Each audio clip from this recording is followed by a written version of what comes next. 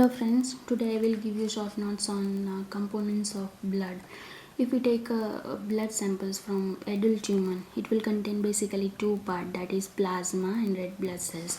So after centrifugation, heavy part that settle down, they are nothing but RBCs, and it occupies 45% of the total blood, and they appears red in color because of the presence of hemoglobin. And the light part that floats on the surface looks like a straw-like appearance, and it is nothing but a plasma part, and it occupies 55% of the total blood. So in between this part, this middle parts, that is a very bulky, and this is nothing but white blood cells. So as a whole blood, it is only 7 to 8% part blood is present, and rest of the greater than 90% part are nothing but other fluids and tissue materials. So this part again contains blood plasma as well as formed elements. So plasma part contains protein, water, and other solutes are present, and proteins are generally present in very 6 to 7% amount, and these are albumins, globulins, and fibrinogens are present. So these proteins are known as plasma proteins because albumins, globulins are also present in other body parts, so their percentile amount vary from tissue to tissue material.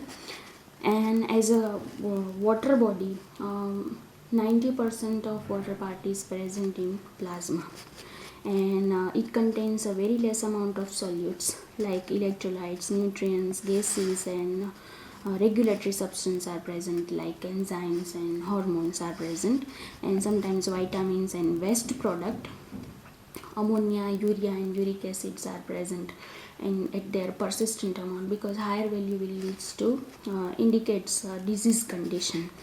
And the second one is formed elements. Formed elements are platelets, RBCs again, and WBCs.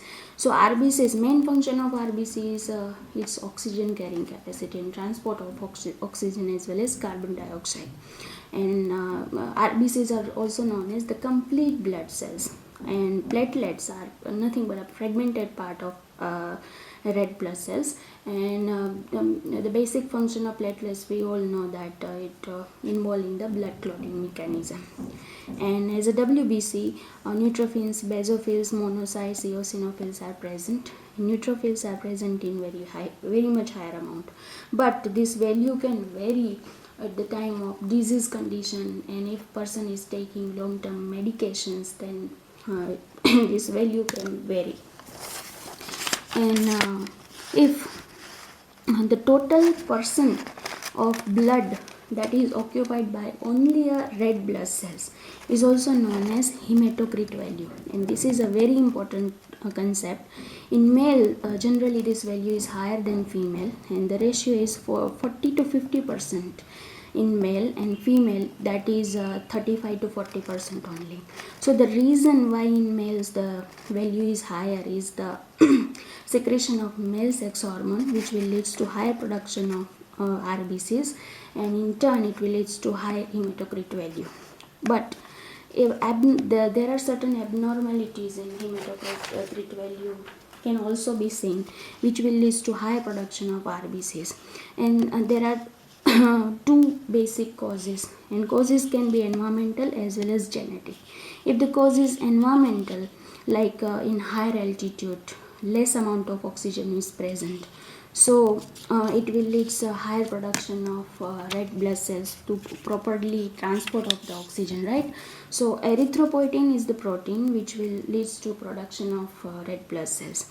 So erythropoietin at this situation will produce more and more amount of RBCs, and these RBCs will lead to higher production of hemoglobin. Okay, and this condition is generally polycythemia, which will lead to tissue hypoxia. And if the causes is genetical, then in genetical reason it will lead to mutation in erythroblastic cell line. So erythroblastic cell line is mutated, it will lead to higher production of erythropoietin protein. So more and more amount of erythropoietin will produce higher amount of RBCs, and it will in turn leads to polycythemia vera. So I hope this video will help you. Thank you.